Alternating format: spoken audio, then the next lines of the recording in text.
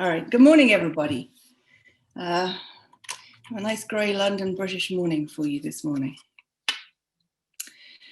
Manage my screen. So, a couple of you have written to say that your chapters are not arranged quite the way mine are. So I will give the chapter titles as well. After this week, though, next week is our last class. So just after today, just read to the end of the book.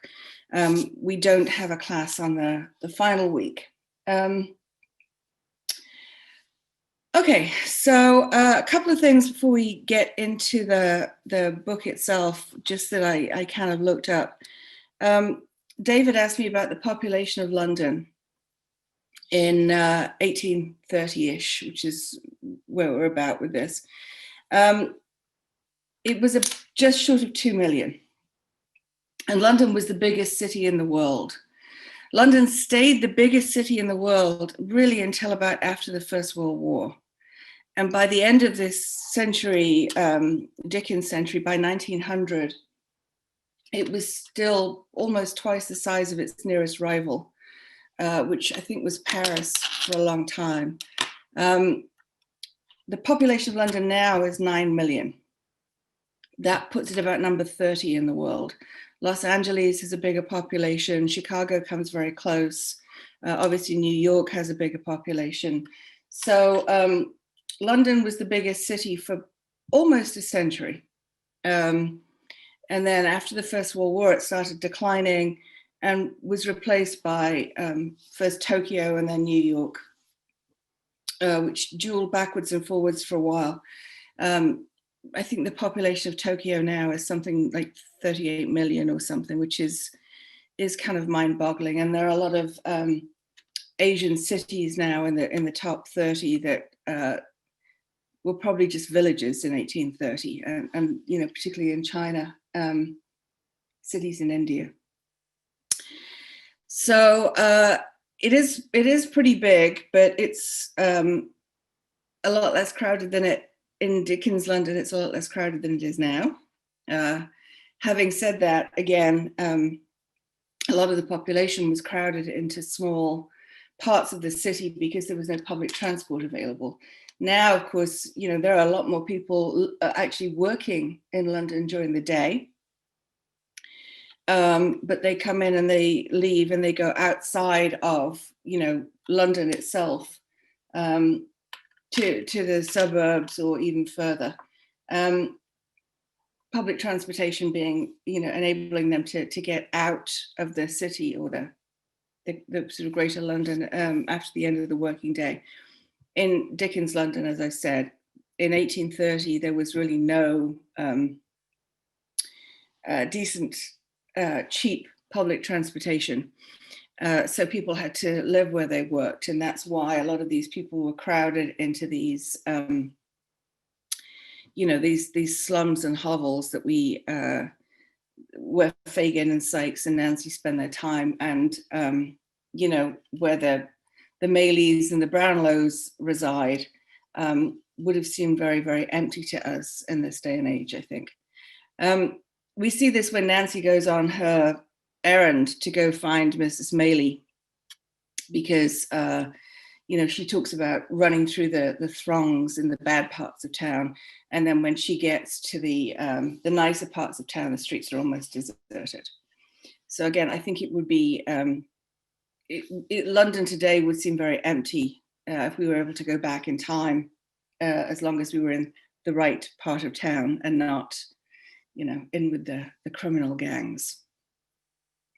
So I just want to let you know that it was kind of the vanguard of the modern world, and you know, of course, this is the time when England has a power or Britain has a power that's out of proportion to the size of the country, just because of its colonial dominance and the Industrial Revolution and the financial revolution, which really began in the previous century with the creation of the stock markets, the idea that you could buy a share in an endeavor. It started out as people buying, you know, paying a fee for a share in a voyage to go to India to bring back silks and tea and whatever else. So then we get, this sort of stocks and bonds developing out of that. And that began in England. So the financial revolution and the industrial revolution had sort of catapulted Britain, and certainly London, into a prominence that sort of belies the size of this little nation. But there we have London. Okay. I don't know if anybody has any questions about that, or we should just get into the book. Charles has his hand raised. I don't know if you want to do hand raised. Go ahead. Hi, Kay. Hi. I was thinking about what we were talking about last week with the incident by the window with Fagin and one, right. and was he dreaming? What it was. Well, I don't know, but I said, Dickens is too good of a writer just to put a throwaway scene, and maybe he did. But I thought back to the scene in the bedroom where he sees the woman's picture on the wall, and he has some emotional attachment to that woman. He doesn't know why. Right. And then I thought, without giving anything away, there is a relationship with Oliver and the woman and Oliver and Munn. And if they're what we might call today is extrasensory perception, or a sixth sense, or that hair on the back of your neck that sometimes goes up for no reason. I don't even know if the sixth sense was even thought of in the mid 19th century, but I thought that was another possibility, and I could be far off, but I wanted to just share it. No, I think you're not being far off, and it's worth bearing in mind when we get to the end of the book that there is this connection. We find out in this part the connection with monks. Dickens himself was a believer in ESP, and there is a thought that he intended it to be that way. But when the book was kind of sort of revised in the 1850s, that science had been sort of debunked a lot. So Dickens didn't bring a lot of attention to it.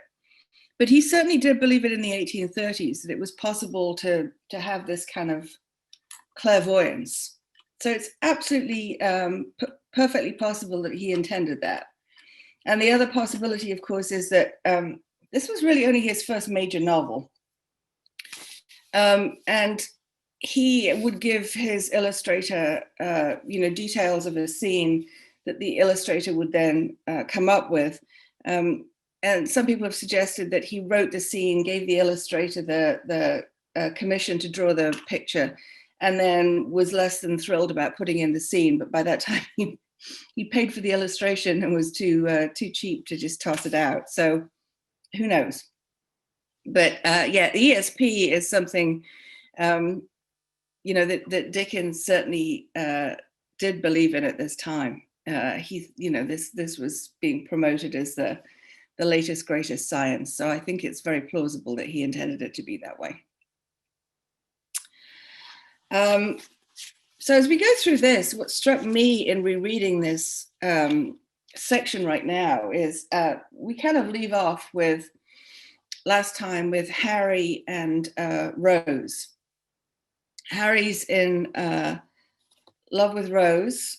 We think Rose is very possibly in love with Harry, but she has no name. She's an orphan and child out of wedlock.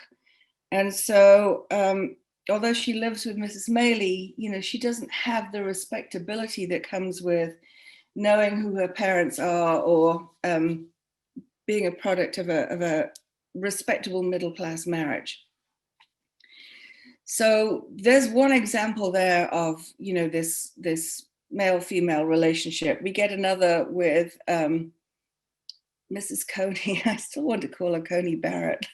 It's just, no, not going there. That's too depressing. Mrs. Coney and Mr. Bumble. She becomes, of course, Mrs. Bumble. So we have another example of domestic felicity, i.e. not, with the Bumbles. And then we have Nancy and Bill, and Noah and Charlotte. at the end. So we've got all these different couples and how they relate. And it is fascinating to see the different relationships as we go through.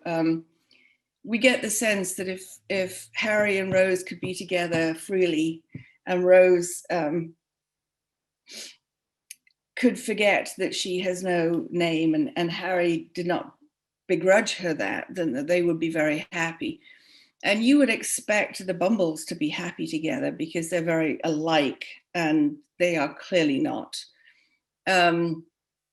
Noah and Charlotte and Bill and Nancy are both in these unequal relationships where the women are sort of very badly treated. And it's a bit of an opposite to the Bumbles. We see that Mrs. Bumble has no compunction about beating up her husband. And yet, Mr. Bumble's the one who sort of escapes and tries to get out of her way. And with Bill Sykes and Noah Claypole, we have that opposite dynamic where the women are at the mercy of the men. So just something else to think about as we go through. So this week we begin with chapter 36, and it is a very short chapter, but it has a very long title. Maybe Dickens thought that would make up for the shortness of the chapter. By the time he got to these chapters towards the end, by the way, the book was published as a separate entity. So if you did not want to wait for the weekly installments and you had the money to go either buy it or borrow it from one of the lending libraries, you could satisfy your curiosity as to what happens to poor Oliver Twist. But the title of this chapter is a very short one and may appear of no great importance in its place, but it should be read notwithstanding as a sequel to the last and a key to one that will follow when its time arrives. So basically, I need to give you this information. It follows on from what happened last time. It will become important in the future, and that's kind of it. So there's not a lot to say, but Harry takes Oliver aside and says, now that you can write, will you promise me you'll write and you will sort of let me know everything that goes on, no matter what? And Oliver agrees. So there's not a lot of substance to that chapter apart from that, but it is important that we know that. So the next one, according to my book, is 37, and to the title of this chapter, in which the reader may perceive a contrast not in common in matrimonial cases.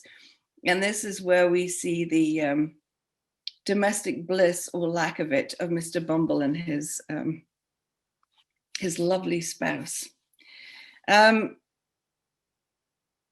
There's a couple of times in this book where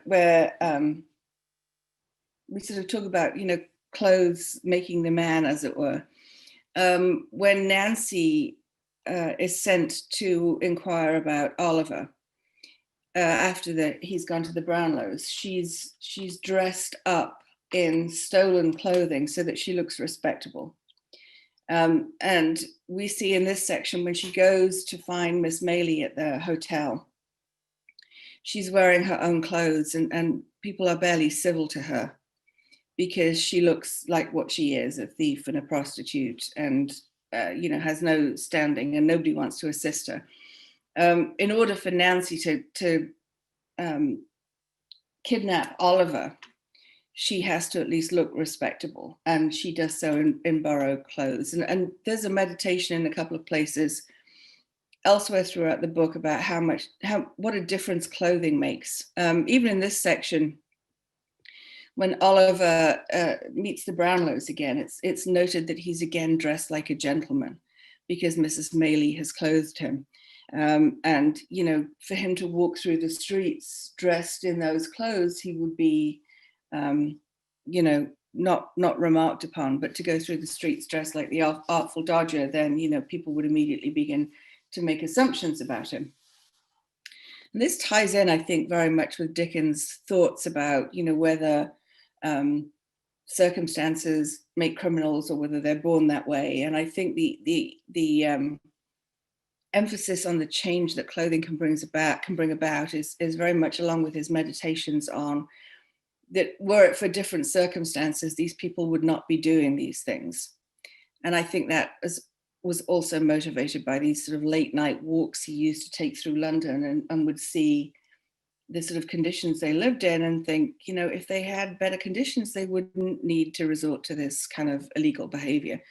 And clothing makes a difference.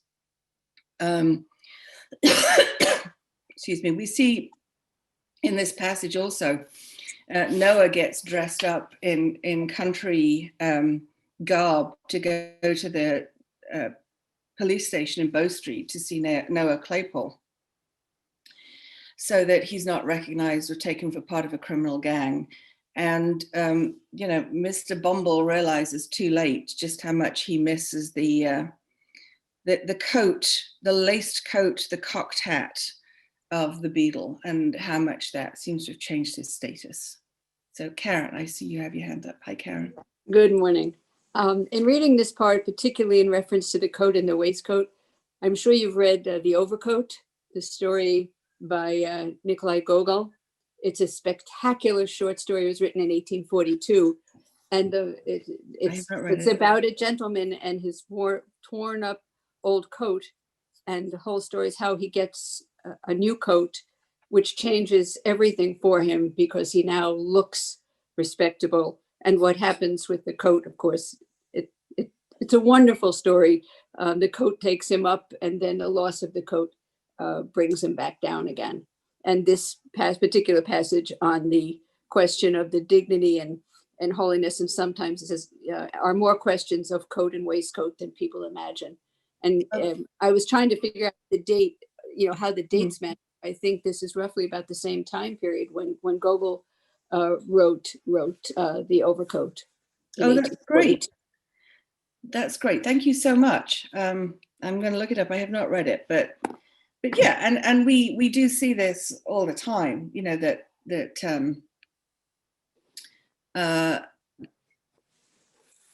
clothes make a difference to us, and you know, in these days of sort of Zoom, we can all dress a little differently. I think I told you that my daughter was doing moot court at law school, and you know, from sort of the waist up, she's there in a nice sort of blouse and a jacket, and she's got the makeup, and you know, down below she's got a pair of leggings on, sort of Zoom attire. But it does make a difference. It makes a difference to how people perceive you, and there's something like you know, something like 85 or 90% of our judgments about people are based on first impressions or something. So, and clothing is obviously a big part of that. But thank you for that, Karen. I am going to look that up. Roberta asks, why was he demoted from being a beadle? Actually, I think you typed beetle as, you know, a typo, but it would be lovely to see Mr. Bumble with the Fab Four, wouldn't it? But he wasn't demoted. He gave up the position, and actually Mr. Bumble's got a promotion to the head of the workhouse. But the head of the workhouse, although it's technically a promotion, it comes without the fancy clothes, and it you know, it comes without this cocked hat and the fancy coat. And so technically he is promoted, but it doesn't feel like it to him. So I think, isn't it wonderful what autocorrect does for us? Because the word beadle is no longer recognized. Nobody would type the word beadle unless you're reading Oliver Twist. So autocorrect decides that we must mean beetle. So 20th century. So yeah, he will not get by with a little help from his friends, maybe, but there we go. So he's in the workhouse parlor. He's given up the job of beadle for this promotion, as it were, to head of the workhouse. And again, it's supposed to come with sort of more benefits. He's, you know, got perhaps a slightly better residence, but unfortunately for him, he has to share it with Mrs. Bumble. And so we get this picture. What was I think interesting about this was, again, something that occurred to me when reading it. When we have the chapter where Mr. Bumble proposes to Mrs. Coney, it's wintertime and there's a bright fire burning and everything seems very cozy. And she goes off to attend to old Sally, who dies, and comes back.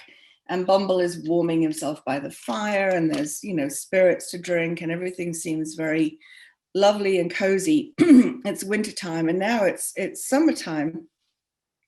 So the grate is empty. There's no fire because they don't need it. And now this seems very gloomy and empty.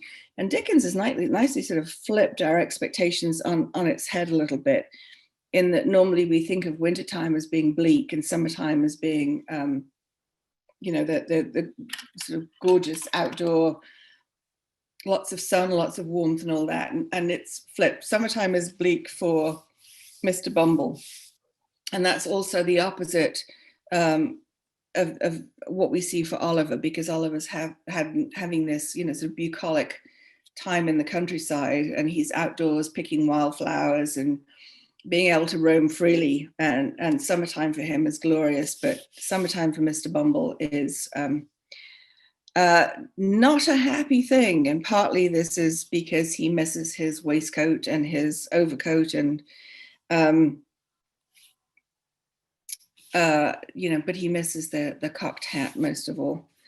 And towards the end of my page on this, it does say there are some promotions in life which, independent of the more substantial rewards they offer, acquire peculiar value and dignity from the coats and waistcoats connected with them. A field marshal has his uniform, a bishop his silk apron, a councillor his silk gown, a beadle his cocked hat. Strip the bishop of his apron or the beadle of his hat and lace, what are they? Men, mere men. Dignity and even holiness too sometimes are more questions of coat and waistcoat than some people imagine. So he marries Mrs. Corney, and we expect him to be happy, but Dickens gets his revenge on Mr. Bumble in this chapter. Straight after that passage I just read you, it says, Mr. Bumble had married Mrs. Corney and was master of the workhouse. Another beadle had come into power, and on him the cocked hat, gold-lace coat and staff had all three descended. And tomorrow 2 months it was done, said Mr. Bumble with a sigh. It seems an age. Mr. Bumble might have meant that he'd concentrated a whole existence of happiness into the short space of 8 weeks. But the sigh. There was a vast deal of meaning in this sigh. I sold myself, said Mr. Bumble, pursuing the same train of reflection, for 6 teaspoons, a pair of sugar tongs and a milk pot, with a small quantity of second-hand furniture and £20 in money. I went very reasonable, cheap, dirt cheap. So we remember him taking inventory of Mrs. Corney's effects and deciding that, she was a widow with something to offer, not just her personal attractions, but material benefits too. And now he's regretting it and thinking he should have held out for an awful lot more. Joan says, can you imagine the Pope in jeans? Yes, that would be no, I can't. Yeah, it is fascinating to think what a difference. And I would bet that this Pope has worn jeans at some point. Not probably as Pope, but he's a Pope of the modern age. So I don't know, that's fascinating. Yeah, it's kind of like imagining Queen Elizabeth in a tracksuit, isn't it? Or, yeah.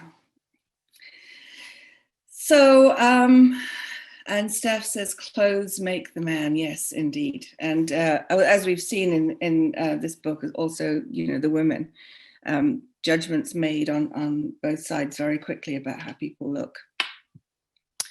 And again, it's always interesting to think about, saying clothes maketh the man or whatever.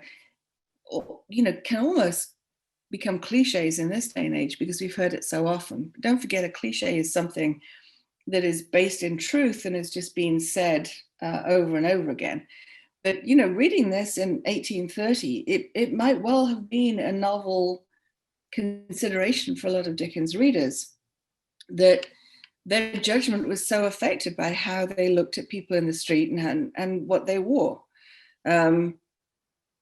So just because it's sort of grown a little weary with repetition over the years, it would have struck a Dickens contemporary reader very differently. I think they might have looked at this and thought, oh yeah, maybe I shouldn't be quite so judgmental about the people I see in the street, or maybe that's why I am, who knows.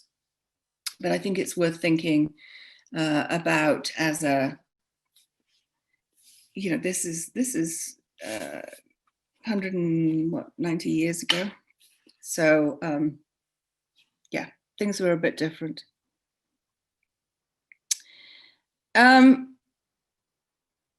So we again, we've left off really the short chapter with Harry asking Oliver to write to him about everything didn't really signify very much, and so we've kind of left off the Oliver story and Rose, and then maybe perhaps one or two again of Dickens readers sort of dabbing at their eyes with a handkerchief at the thought of poor Rose and Harry being parted forever, because although we know in a very logical and reasonable way that Rose has this stain upon her character,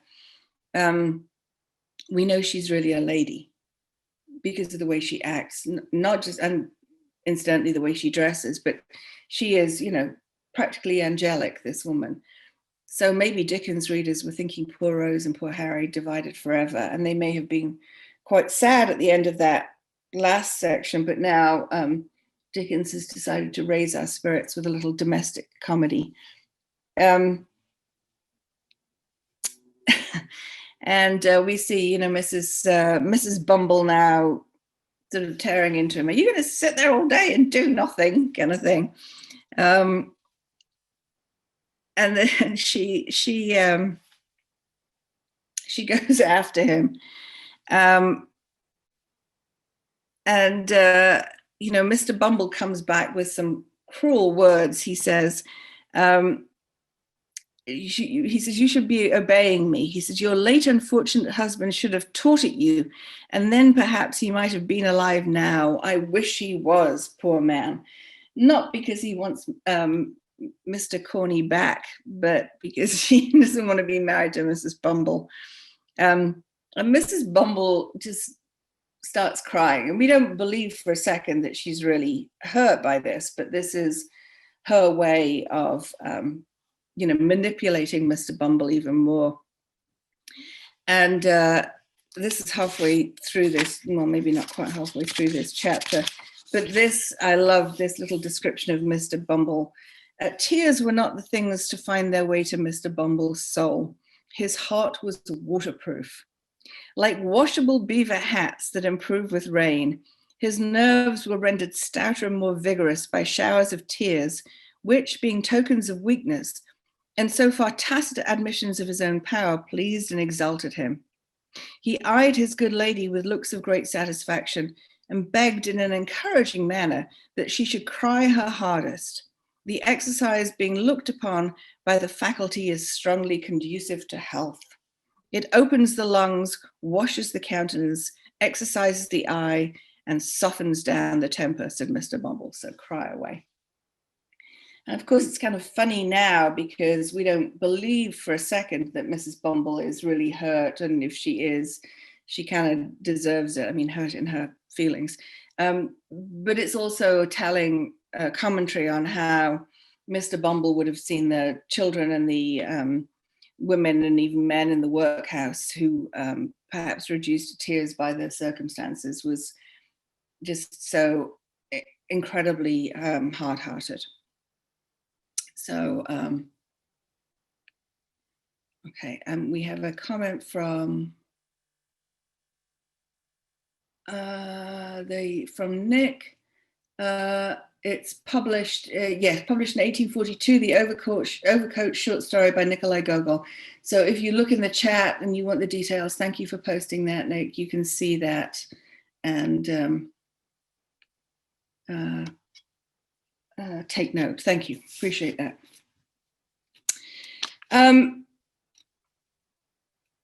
So Mrs. Bumble goes at him, and Mr. Bumble thinks, I'm just going to get out of here. She knocks his hat off. It's not quite a cocked hat, but he's still got a hat, and she knocks it off. And he goes around the workhouse looking at everybody and, you know, trying to be the big sort of I am.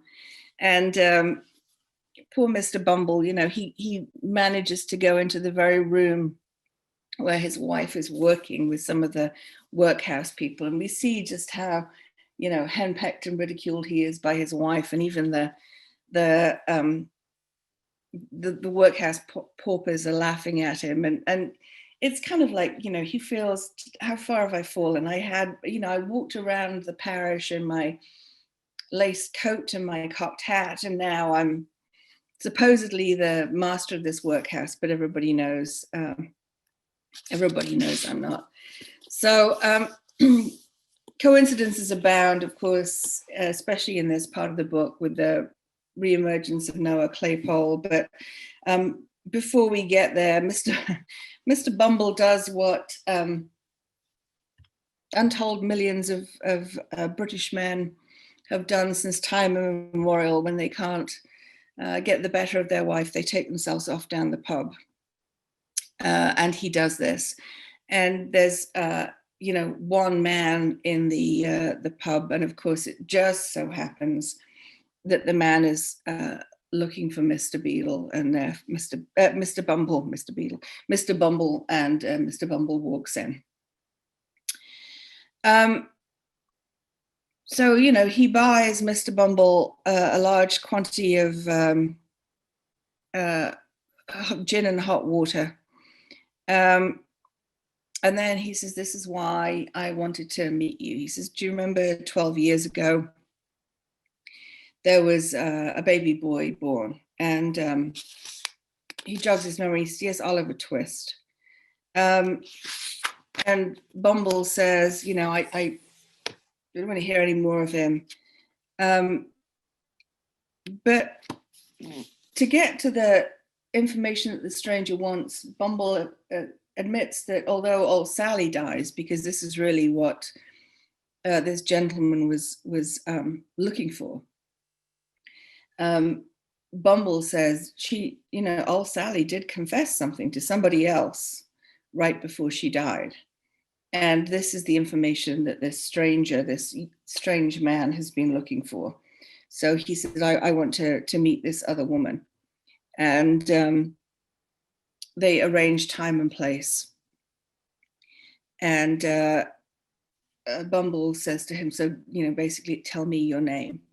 And at the end of this chapter, monks rejoin the man and strode hastily away. So now if you put yourself back in 1830 and you're one of the ones getting this in weekly installments, and you've seen this mysterious fellow before, he had a fit outside, seems to have been shadowing Oliver, and he's been in discussions with Fagin, and now he's here looking for Oliver. So, you know, this is a building up of suspense. We're coming up to the last sort of part of the novel, and Dickens needs to build up our interest in how this is going to be resolved, and to leave us wondering and thinking about it in the interim. So obviously Bumble says to his wife, you've got to come and give this information to this man. And they go to a part of the town. We're not really sure. This of course is not London. And we're not really sure which town it is. It's not identified as such. It's given a false name, but it's not, it's hard to know where they are. It doesn't really matter. We know it's by a river, and the Bumbles go off to part of the town that, you know, that's not even, you know, unsavory. It's even way below that. And you know, of course, there's a storm. There's thunder and lightning. You know, where there's a storm in the air, there's a storm coming in the tail, no doubt. But they meet up with monks, and you know, they're a little perturbed, I think, at this, because they're in this sort of awful place. And monk says, you know, I want to hear what old Sal said before she died. And so they then go for the bargaining, and Mrs. Bumble sort of takes charge of this. She's not shy about asking for money. She asked for £25, and she said, I want it in gold, like on the table before I say anything. And I do love this little line when she's in the middle of negotiating. This is again about perhaps halfway through the chapter. She says, £25, exclaimed Monks, drawing back. I spoke as plainly as I could, replied Mrs. Bumble. It's not a large sum either. Not a large sum for a paltry secret that may be nothing when it's told, cried Monks impatiently, and which has been lying dead for 12 years past or more. Such matters keep well, and like good wine, often double their value in course of time, answered the matron, still preserving the resolute indifference she'd assumed. As to lying dead, there are those who will lie dead for 12,000 years to come, or 12 million for anything you or I know, who will tell strange tales at last. What if I pay it for nothing? Asked Monks, hesitating. You can easily take it away again, replied the matron. I am but a woman, alone here and unprotected. Mr. Bumble's in the corner going, no, I'm here. But his teeth are chattering. You know, Mrs. Bumble's in control of herself here. She's very much got the upper hand, and she's doing just fine. And Mr. Bumble is kind of like shaking with fear. So again, we see that, you know, Monks has got this affliction of epilepsy, which would not have been fully understood by Dickens readers. The thunder makes him afraid and seems to bring on a fit, and he sort of recovers very quickly. Again, I think in Dickens' time, it would have just added to his sort of sense of menace, that he was not in control of himself. And I don't know that people would have thought of it as anything other than an affliction, but it still seems to be just somewhat eerie and suspicious. I think it just would have added to his menace. Mrs.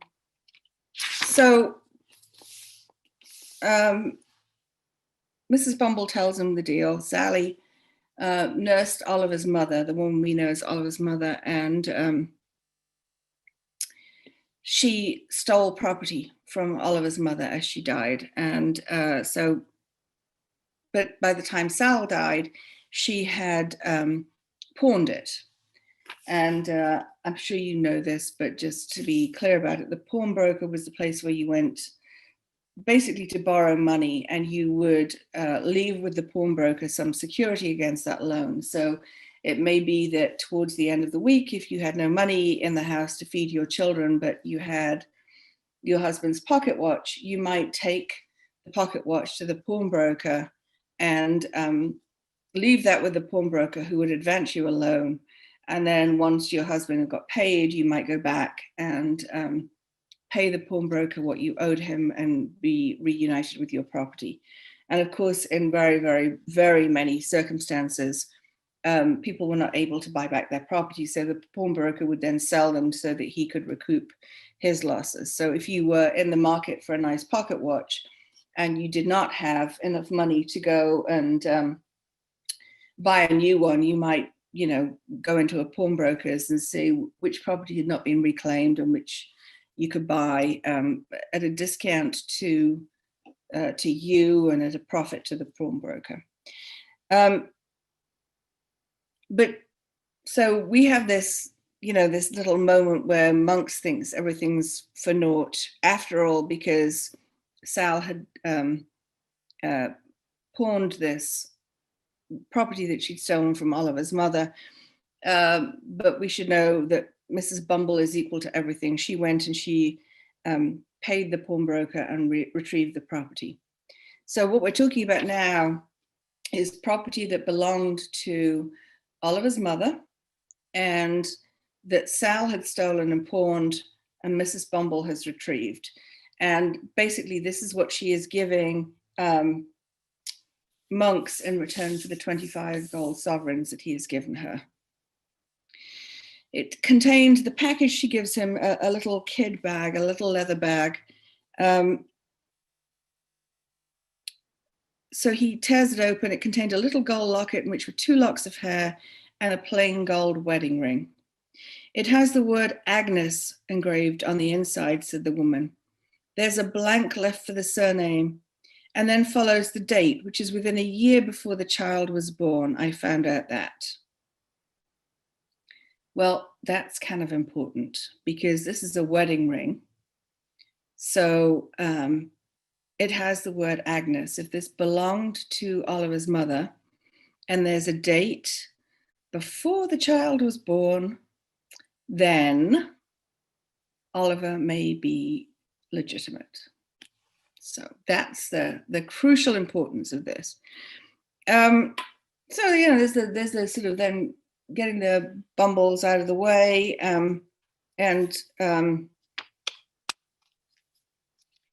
they go off, and Monks throws the package in the river.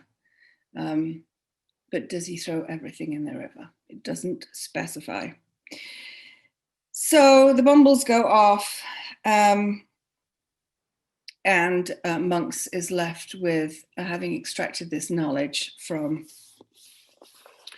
Mrs. Bumble. So I will pause for a second, see if anybody has any questions. Hands up.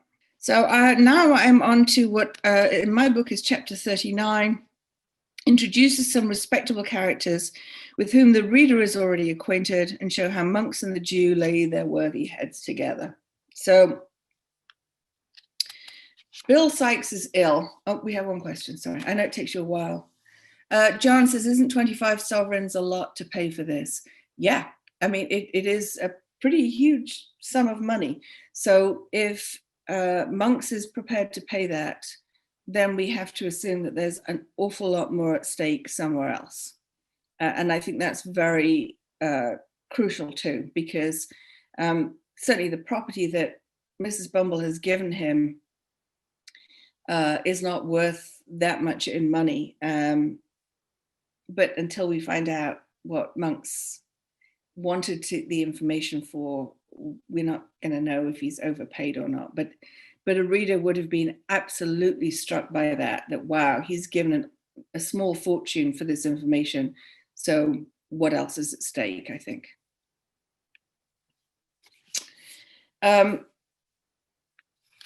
So this next chapter is, we've seen the sort of domestic side of Mr. and Mrs. Bumble. Donna says, Dickens uses situational irony at this point in the story when what you expect doesn't happen. Why? Well, I'm curious to know what you think, Donna, as to why he does that. I'm going to give you time to type that in.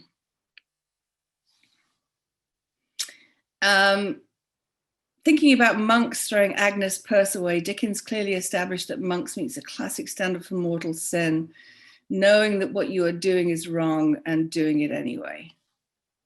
Yeah, that's a great point. That, and I think it's a setup for what is to come too, because I think there's a couple of reasons. We find out later in this section that Monks is Oliver's brother. And so what kind of a man is Monks? Oliver is a good boy, we know that. He's been presented with lots of opportunities to sort of go to the dark side, as it were, and Oliver has resisted all of them. So does Monks want to find Oliver to clasp him to his bosom, crawl brother, and live in happily ever afterwards? No, I think Dickens is saying to us right now that,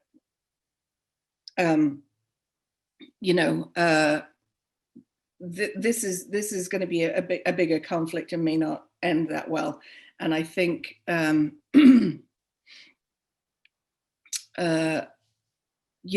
something else is going to come out of this. We as readers now know that Monk's intentions wouldn't be good. So what else is going to happen? So I think that's a great point. And Donna says, I believe he's satirizing the institutions of the time with the use of irony. I think that's absolutely true, Donna. And he also uses verbal irony in the meeting with the Bumbles when what is said is not meant. Again, absolutely true. Yeah, I think he's satirizing, first of all, the institution of the workhouse was meant to be about, making people better. I mean, we know that was always a fallacy anyway, but the crookedest part of the workhouse turns out to be the master of the workhouse and his wife. So the fact that they are stealing from the poor people, I think absolutely, is situational irony. He is saying, look, these people are put in the workhouse and they're regarded as the lowest of the low, but look who's the low one here. Look who's the evil doers. It's not the people who are, it's not the indigents, not the paupers. The bad people are the people in charge of them who are supposed to be better than this. And there's a lot of the verbal irony that goes on with the, in the section later on where Fagin's talking to Noah Claypole and Charlotte, because they were, again, very conscious of the fact that if you say certain things out loud, you can incriminate yourself. But that's why there's these, this sort of underworld patois and this slang and insinuation. It's a way of avoiding the truth, because the truth is not what any of these sort of, the lowlifes are looking for. So yeah, thank you, Donna. I appreciate that. I think that is worth noting, that Dickens does. There's an awful lot of irony in that. I think for a lot of people, for most comedy comes out of irony. Most comedy is sort of, the opposite of what you expect. And it's some sarcasm can be funny, but comedy doesn't have to be sarcastic to be funny, but it is often, most often, you need irony for comedy. That's why when we see the Bumbles in their domestic relationship, it's kind of funny that she's the one beating him up, because it's the opposite of what you expect. Mr. Bumble's not, when we see Bill Sikes, being aggressive with Nancy, that's not funny. When we see Mrs. Bumble being aggressive with Mr. Bumble, then that's funny. It's like, one of my favorite jokes is when somebody says, my grandfather, I'd like to die like my grandfather, peacefully in his sleep, not screaming and crying like the passengers in the car he was driving. That twist at the end is what makes you laugh, and that's ironic. And Donna says, absolutely, dramatic irony also helps the reader when we know something that the characters do not. And yeah, we're in possession of, absolutely, Donna, we're in possession now of quite a bit of information that Dickens' characters are not in of themselves. Like Oliver doesn't know yet that he's Monk's brother, and how all these pieces connect. And although we're still in the dark on some things, we're beginning to see how these things may all collide at the end. And of course, it does build up the suspense, because if we know something that the characters don't, then we become apprehensive about how this is all going to work its way out. So absolutely, Dickens, I always say that, Jane Austen is the queen of irony, but Dickens does it incredibly well too. And there's, as you say, there's situational irony, there's verbal, there's dramatic, and it can be very serious, or it can be comedic. Okay, so Mr. poor Mr. Sykes is sick. Don't we feel bad for him? Not really. And Fagin comes and brings him, something to eat and drink. And, of course, he's been sick and he's been ill. And Fagin, as a offense, is Fagin gets the stolen goods from the boys and he sells it, and he obviously has to pay a portion to Bill. And Fagin's been away from London for a week, so he's not been paying Bill. And of course, if they don't get any money, they don't eat. So this has not helped Bill Sykes's illness or his temper for that. And Bill says, well, it's all very well coming here after this. I want some money from you. And I'm going to be sending Nancy with you to collect my money. So Charles says, do you believe the phrase on the evil wind is a nod to Shakespeare? What wind blew you hither, Pistol? I absolutely do. Dickens knew his Shakespeare, and I'm absolutely, yes, I think so. I think we had in our class book talk yesterday, a bunch of us were talking about, why do we still read these books? Why do we still read Shakespeare? Why do we still go back to Chaucer and try and make sense of that? And a lot of it is that there is a depth to the sort of Western literature canon that, you have to know these things to appreciate them. If you don't know your Shakespeare, you don't get that reference, and you can read the book without it, but it's richer if you know that there are Shakespearean references in here. I think that's a huge part of it. I think my early literary teaching was a bit light on anything other than British literature, and although I did do some American and teaching of minority writers and world literature was pretty much non-existent when I was in high school. But the idea that we read Shakespeare for its own beauty and its wonder and all those other things, but also if you see this building of literature upon itself where ideas and allusions and references are created and interspersed with other works. And I think that makes it just a richer experience if you know those references. So thank you for that. I agree completely. Well, I saw it that way. So this is an interesting chapter in that we see Fagin and Monks together again, and we are not privy to what they discuss. But Nancy manages to kick off her shoes and follow them and eavesdrop. And we find out, by the way, that she'd been trying to eavesdrop on them for a time before, when Monks and Fagin got together before, and they saw the shadow of a woman on the wainscot, and they look around and they can't find anybody, and Fagin's saying, you're imagining things. We find out now that Nancy really was there. She has been shadowing the two of them to find out what they have on Oliver, because she knows it's something to do with him, which again is interesting, because at the end of this section that I asked you to read today, we find out that Fagin is asking Noah to shadow her. So again, this nice little symmetry here. But Nancy manages to overhear what she needs to overhear this time. And although we still don't know, we're about to find out, because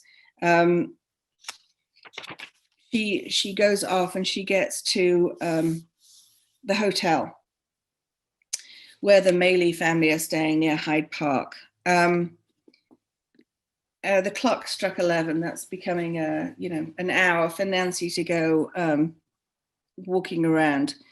And again, this is the section where, she's been going through the streets and people are looking at her a little askance, first of all, because she's running so much, but because of the way she's dressed. And she goes into the hotel and says, please give this message to Miss Maylie, and they don't want anything to do with her because they just look at her and think she's just a prostitute. We have nothing, you know. But she finally persuades them to take the message, and she's taken up to see Miss Maylie. So I'm now, according to my book, on chapter 40, which says a strange interview, which is a sequel to the last chapter. So she goes up, meets with Miss Maylie, and this is, you know, I mean, I think, you know, just about every other woman in Dickens' sort of universe would have been revolted by the idea of, you know, having to deal with this common prostitute. But Rose, as we know, is practically a saint, and she's saying, please sit down, don't distress yourself, what can I do for you? And so Nancy starts out by telling her that she was the one who took Oliver back to Fagin's. And but Nancy gives her the whole news. And here she says, you know, Monks is Oliver's brother.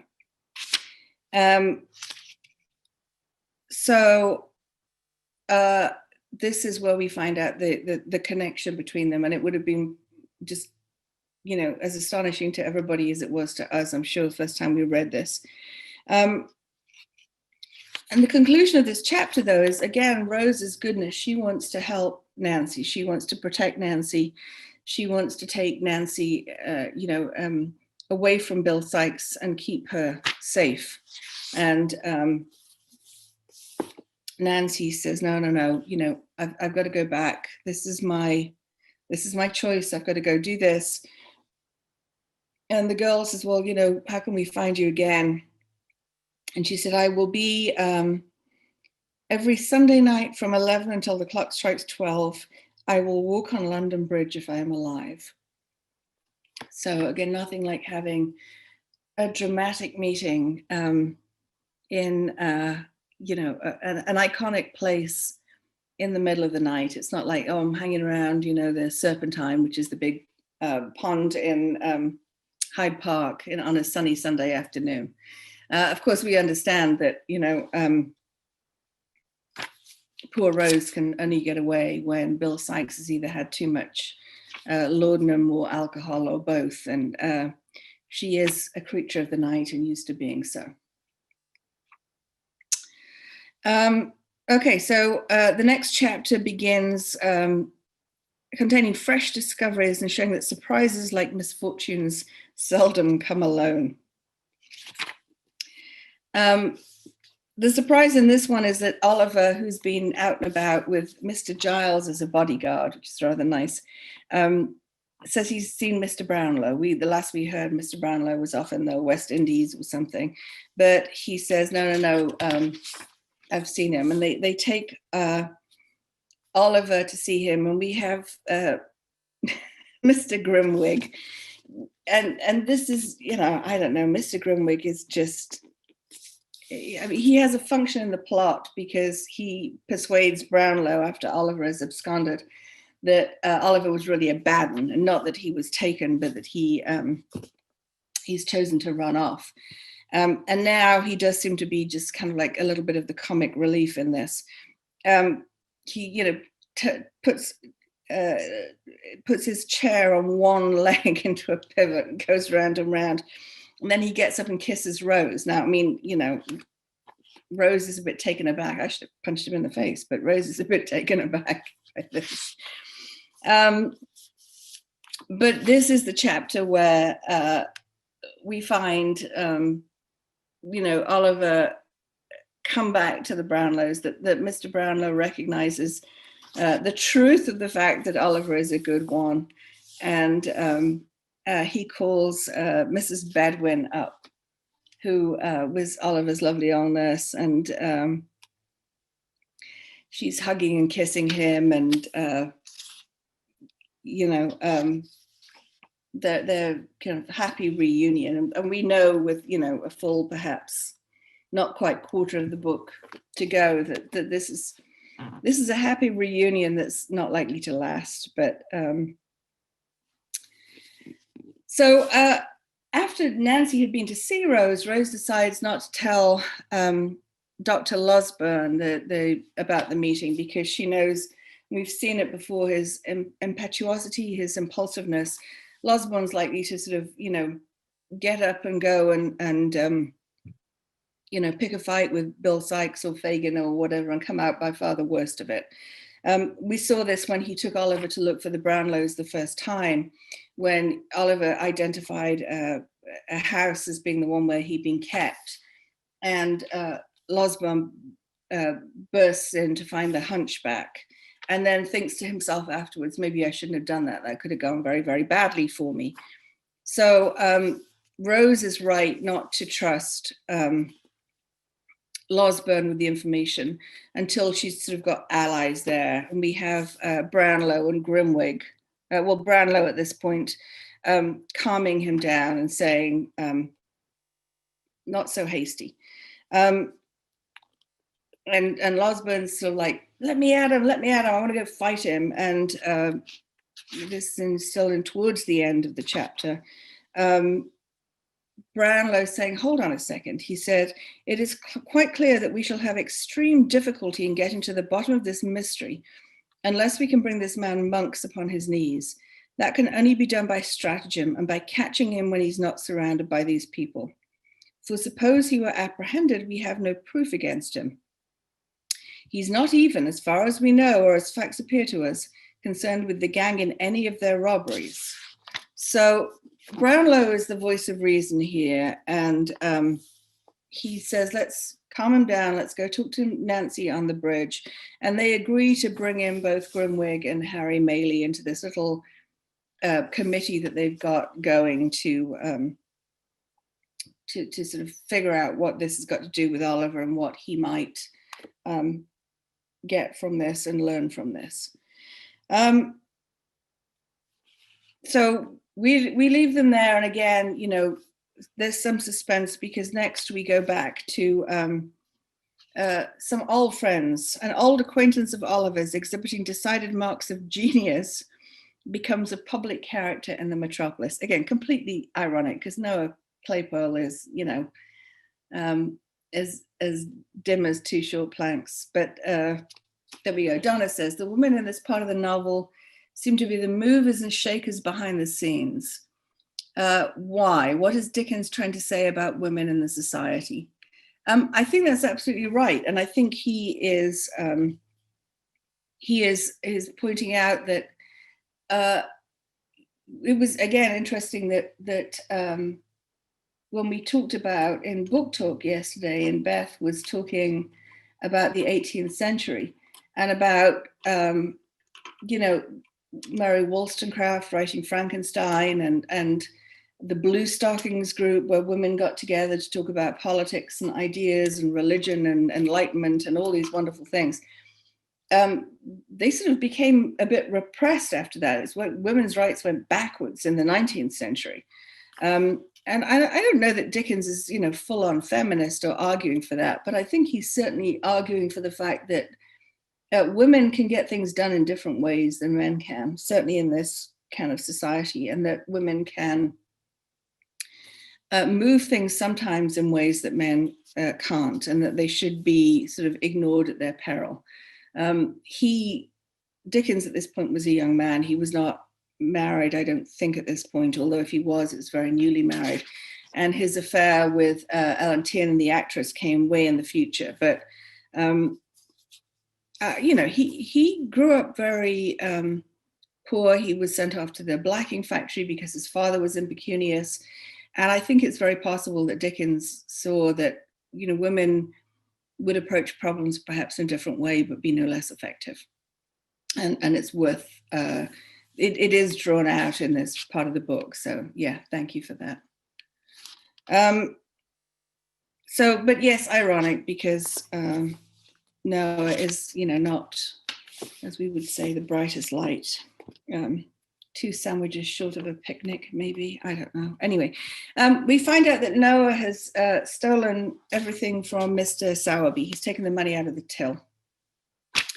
And he's basically run off with Charlotte. Poor Charlotte. Noah's not that smart, but he's smarter than Charlotte, because Noah's kind of marching along towards London, and poor Charlotte's carrying all the packages, the basically what passes for their luggage. She's also carrying the money, and this is not stupid on Noah's part, because he's figured out that, you know, Sowerby is going to report this to the police, and if they're caught with Sowerby's money on them, then Noah's going to let Charlotte take the rap for this, and he is going to be in the clear. So again, you know, the coincidences. I think in this case, you know, Dickens needed a character who could be a new character for Fagin, and who could insert himself into the plot, particularly by in this section going to see the Artful Dodger at the Bow Street Magistrates Court, and to follow Nancy, as we find out right at the very end. And, you know, I think his readership must have enjoyed the comedy of Noah and Charlotte. So here they come back again. And of course, yes, it's a coincidence that they meet with Fagin in the inn, and that they're brought into this criminal enterprise. They're brought into this criminal enterprise chiefly because, you know, Fagin has one of these little spy windows. They're shown into a room where there's a little window where somebody can listen into their conversation and watch them without them knowing. And the implication, of course, is that that this was used you know, to spy on people for all kinds of purposes. Presumably, if you had traveled down this road before and stayed at the Three Cripples and had confessed to your traveling companion that you had a great deal of money about you, they would have relieved you of that money during the night, either by force or by subterfuge. But no matter what, you would find yourself relieved of this, I think. Anyway, so what Fagin hears to his purpose is that Noah has stolen this money from Sowerby. So he's basically blackmailing them and saying, I'm going to turn you in unless you come work for me.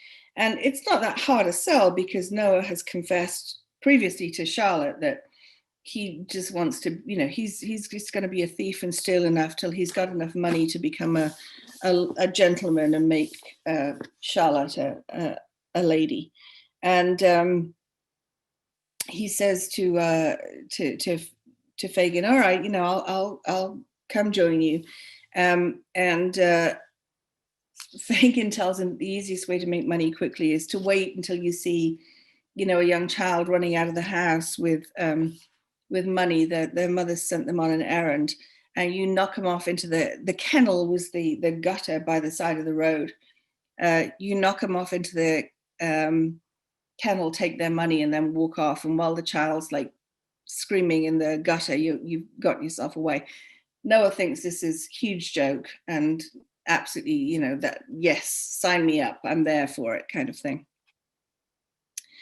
And he gives the name, gives his name as Morris Bolter, you know, somebody who's bolted away.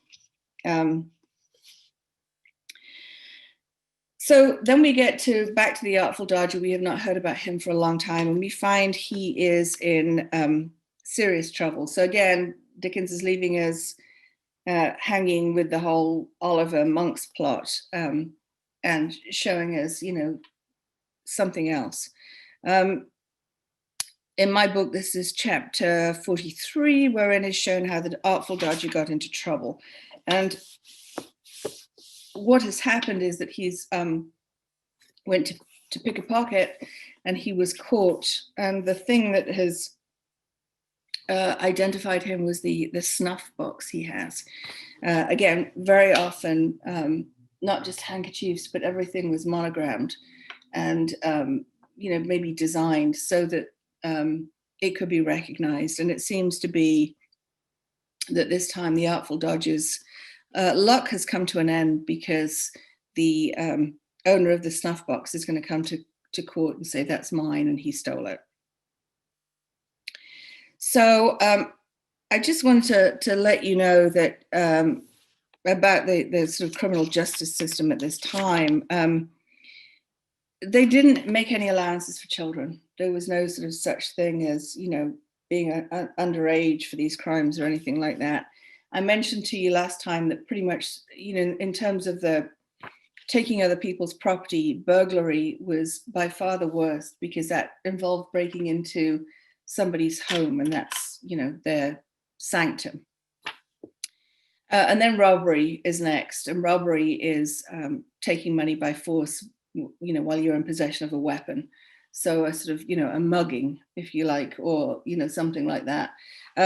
What the Artful Dodger has done is really sort of, just theft, pickpocket. He didn't have a weapon. He didn't threaten anybody. He didn't break into anybody's house. And yet it seems that if he's found guilty of that, then his punishment is transportation. He's going to be sent to Australia. By this time, they had stopped sending people to America, because the American War of Independence kind of put an end to that. So we were just shipping people off to Australia at this point. Sometimes people were sent off to Australia for a period of years, sometimes for life. If you remember in Great Expectations, the criminal Magwitch is sent off to Australia for life. And that's why he is in legal jeopardy the minute he comes back into this country, because he's essentially, it's like he's broken out of jail by coming back from his transportation sentence. Sometimes people were transported for a number of years, maybe 20 years. Of course, the truth of the matter is then that they probably didn't have the money to come back. Magwitch does come back rich, but that wasn't the case for most of them. If they survived the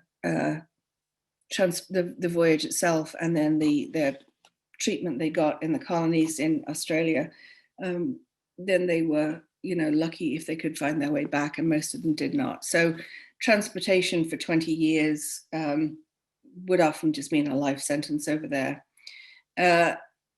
And of course, once they were over there, they were known as a criminal, and they were therefore tainted. So it was not an easy thing to put behind you.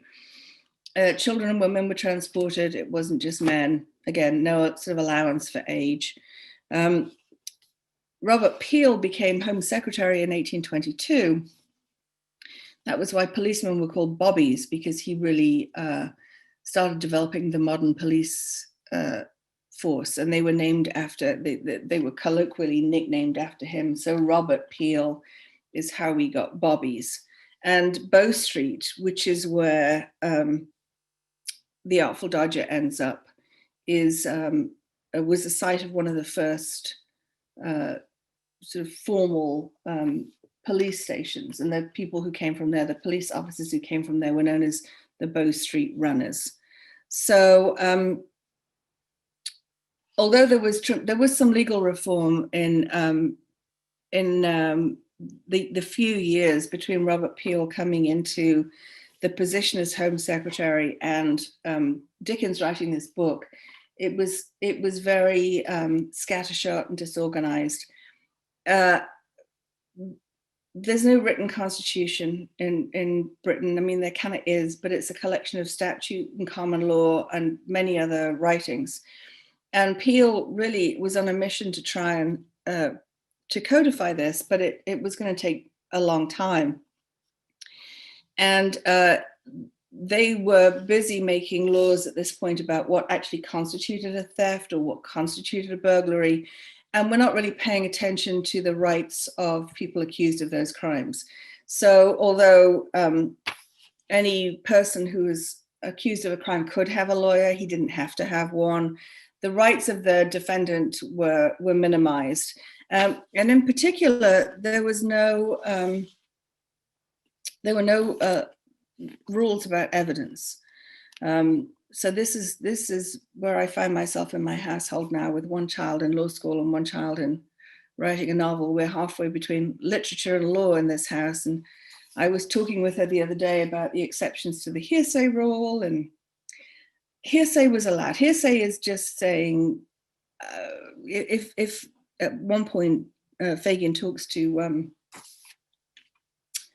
Nancy about, thinking about maybe Nancy will poison Bill Sykes. So if Nancy is arrested for this, Nancy might say, Fagin told me to poison Bill Sykes.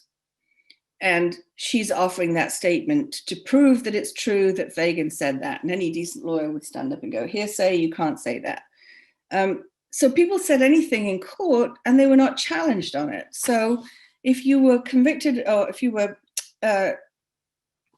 accused of a crime and you were in the court, people could come in and say all kinds of things, and nobody could say that's not, should not be part of evidence and we have to throw it out. So defendants, really, the minute you were accused, it was almost kind of like passing judgment, saying you're guilty. There's nothing that's going to help you, because people could come into court and say anything, and although there was a jury, the jury was left to figure out for themselves what they believed. Yes, the Artful Dodger, Dave points out the Artful Dodger is very clever in court with his speaking, but whether or not that's going to do him any good, we will find out. But he is tremendously, I mean, compare Artful Dodger to Noah Claypole, and we've got the two ends of the spectrum. That the Artful Dodger, he is a dodger both physically and verbally. I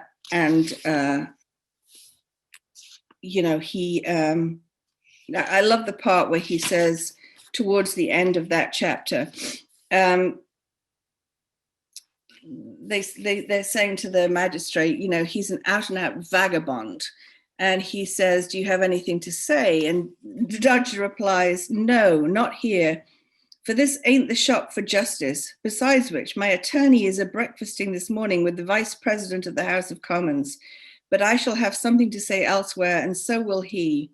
And so will a very numerous and respectable circle of acquaintances make them beaks wish they'd never been born, or that they got their footmen to hang them up on their own hat pegs before they let them come out this morning and try it upon me. And he's running away with this. And so, yeah, he's got a tremendous gift with the language, but basically, as I say, once you were accused, it was almost very strongly like saying you're going to be found guilty, because if you could afford a lawyer like Mr. Jaggers, then well and good, and maybe Mr. Jaggers would, Mr. Jaggers from Great Expectations, would have been able to advocate for you, but it wasn't expected that you would have a lawyer. And as I say, anybody could come into court and say anything, and it would go unchallenged. And so the jury are just left to figure out what they think happened based on who appears most credible at the time. Defendants' rights were not a thing to be thought about at all. So the final chapter I asked you to read for today, no, two more chapters. Nancy intends to go out and meet and be on the London Bridge between 11 and 12. And we see her trying to get out, and Bill Sykes stops her. He physically stops her and threatens violence. And Fagin is there watching this. And Nancy fights against Sykes and keeps saying, let me go out, let me go out. And only she gives up when the clock strikes 12, because then she knows that's the time has expired and she'll have to wait a week. So Bill Sykes is not really thinking through this. Maybe he's, he was ill. He thinks maybe Nancy is still ill. We know as readers, because we're in possession of different facts than the characters are, that Nancy has had this interview with Miss Maylie, and it's obviously preying on her conscience. which is why Nancy is not appearing to be her usual self. Bill thinks it's the fever. He's just like, well, she's a woman and she's probably going to be sick, so whatever, you know. Fagin has a different view. Fagin has been thinking about this, and he is thinking that Nancy has found herself another man, and that this is why she goes out, and that she goes out late at night and doesn't tell anybody where she goes, and nobody goes. And Fagin is thinking, I wonder if I can turn this to my advantage, because Bill Sikes obviously has some hold over Fagin. Fagin gets the stolen property from the boys, Fagin sells it, and then he has to pay a percentage to Bill. So if Bill is no longer around, Fagin is going to be that much the better off. So the old saying about there's no honor amongst thieves, Fagin contemplates whether or not he can persuade Nancy to poison Bill. And at the same time, he knows he needs some evidence. So he wants Noah to follow Nancy in the hopes of catching her with another man, so he can then blackmail Nancy and threaten her and coerce her to do his business with regard to Bill Sikes. There is also a quick reference in this of the previous chapter, by the way, and again, it was, this is the chapter where, chapter 42 in mine, where Noah is recruiting Noah and Charlotte. I meant to mention this at the time. Fagin says to Noah, you can go around knocking children into the gutter and taking their sixpences. What about Charlotte? And Noah says, she'll be able to do a good deal. I should like to take something very light. So she can work hard and I'll just do the easy stuff. And Fagin says a little fancy work. And that is sort of a euphemism for prostitution. So again, although he couldn't put it into words, there is that, explicitly for the date of publication. That was the suggestion that Noah is going to pimp Charlotte out and live a life of ease. And we end this section with, as I say, Fagin thinking that he can turn Nancy against Sikes because she's got another man, get rid of Sikes, get rid of this burden that he has to pay, and sort of become the master of this criminal gang. So we are left, next week is our final class, and we are left with all these plot moments about to collide and come together. The Noah Claypole and Oliver, who know each other of old, Monks, who is, we've now learned, Oliver's older brother, and his involvement with Fagin, and the Bumbles having knowledge of him, the Brownlows, the Mayleys, all these moving parts are going to come together in this last section of the book and give us the conclusion. So I will see if anybody has any questions, comments. Yes, I didn't think about that, but thank you, Donna. Donna points out the winners of the World Series, the Los Angeles Dodgers. So yes, the Dodgers. Yeah, great. Yankees weren't in it, so I wasn't interested. Terry, morning. Good morning, Kay. I had another question. I probably know it from history somewhere, but about when do people get decent representation in court in England? It was towards the very end of that century when they passed laws. I think their biggest law was, I think it was 1898. I'd have to look that up again, but it was towards the very end. They could have lawyers as early as the 18th century, but they just either weren't very good or weren't taken very seriously. So really Good. Decent defendants' rights are 20th century. Good, and thanks for all that legal background. It helps as always. Thank you. Thank you. And Nick has posted, if you look in the chat, thank you, Nick. Nick has posted a link to the Gogol story, The Overcoat. So I appreciate that. And thank you very much. Okay, go vote. If you haven't voted, vote. Vote once, vote frequently, vote often, vote early, vote many. It's okay to vote often, our president says. So I will look forward to seeing you next week for the conclusion of this. Thank you, as always, to Meg for presiding.